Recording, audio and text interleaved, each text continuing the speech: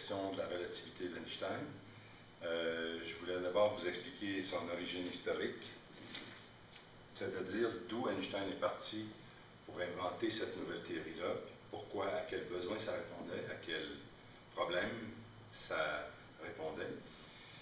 Et pour ça, il faut remonter au milieu du 19e siècle à un type qui s'appelle Maxwell, qui a unifié la théorie de l'électricité et du magnétisme. Ces deux théories-là, qui étaient distinctes jusqu'à peu près vers 1850 par là, Maxwell a démontré que c'était recto verso d'une même réalité qu'on appelle aujourd'hui l'électromagnétisme.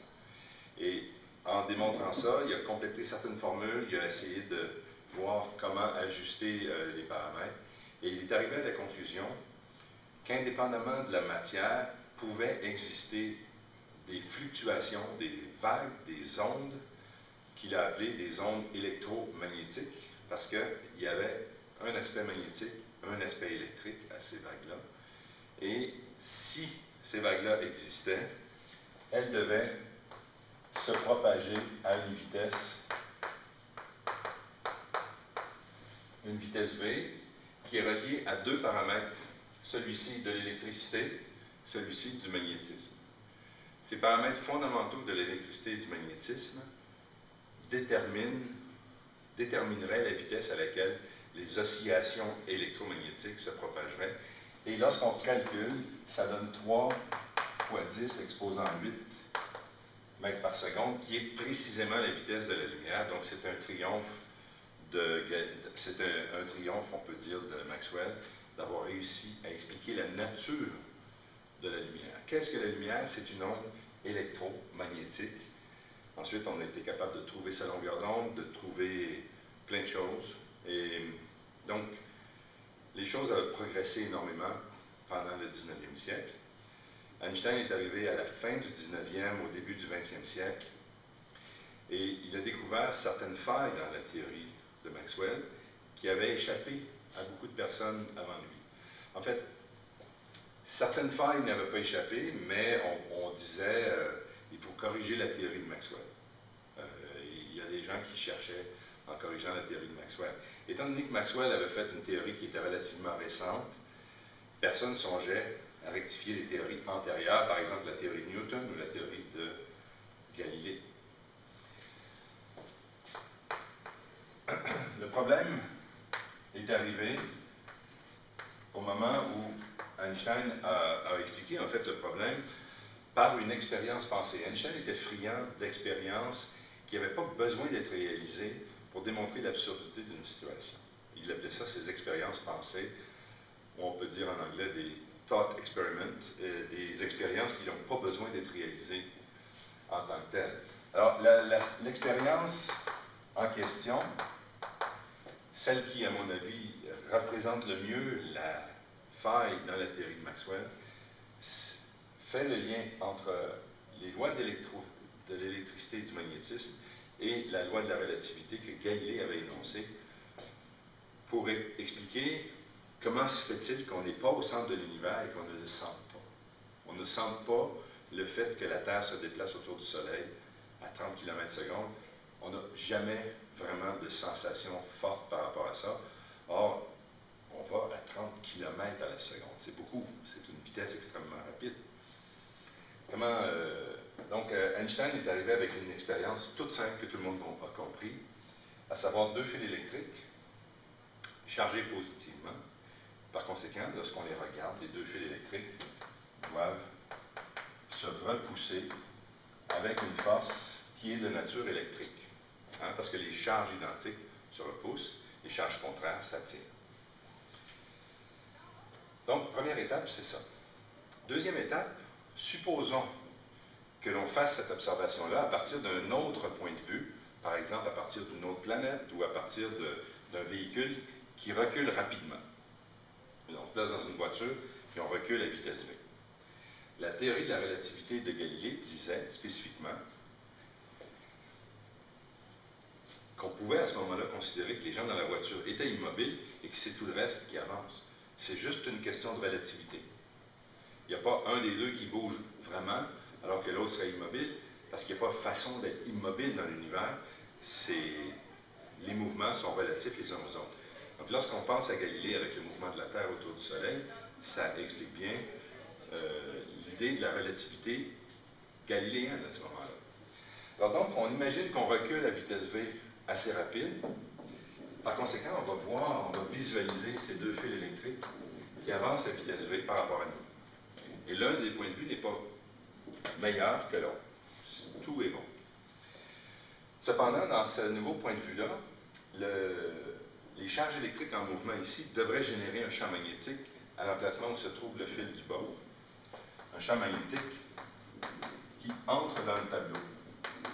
Un champ magnétique par la règle de la main droite qui entre dans le tableau et un champ magnétique qui ressort du tableau à l'emplacement du deuxième fil.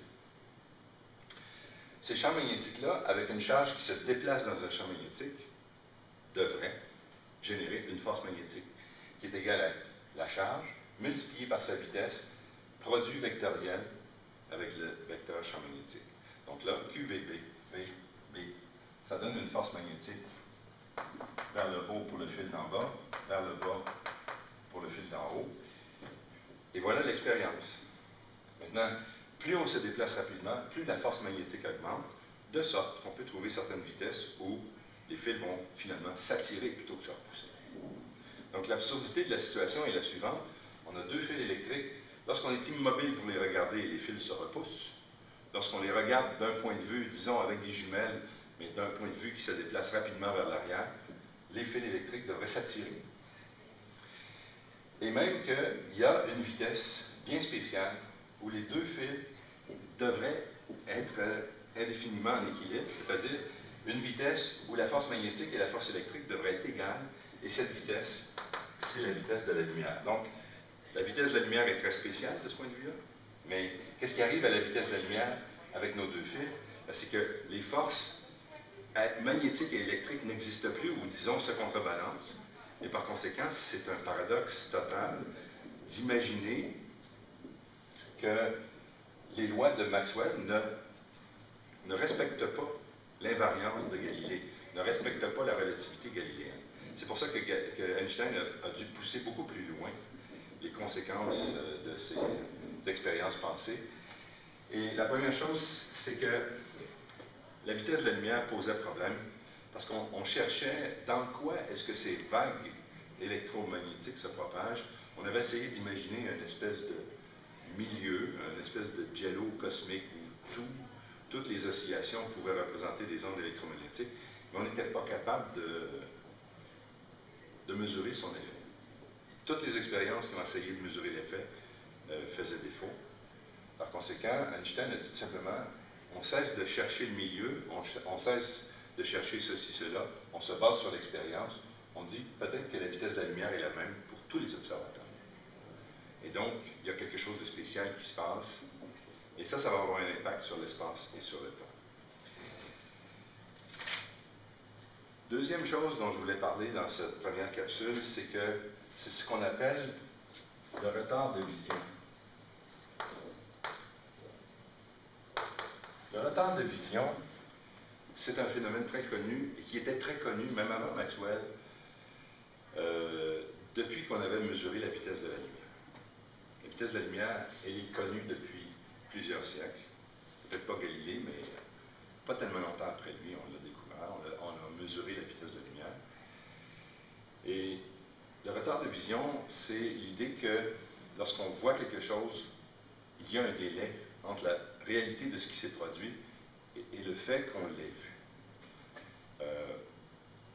La plupart d'entre nous, on peut sentir un peu quelque chose de semblable lorsqu'on parle d'un retard d'audition, c'est-à-dire si on va, par exemple, voir une partie de hockey, on regarde, on est dans les estrades, on regarde le joueur de hockey qui donne un coup avec son bâton et on entend le son du slap shot peut-être 3 dixièmes, 4 dixièmes de seconde plus tard.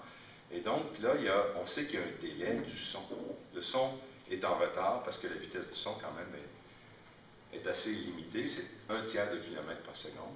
Alors que la vitesse de la lumière est beaucoup plus grande, donc ça, on ne la sent jamais dans le quotidien.